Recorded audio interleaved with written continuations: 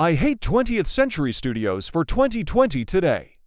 Now let me replace this with 20th Century Fox now. There you go. Now it's fixed. This is 2019 Fox, not 2020 20th Century Studios. Now I'm off. So long.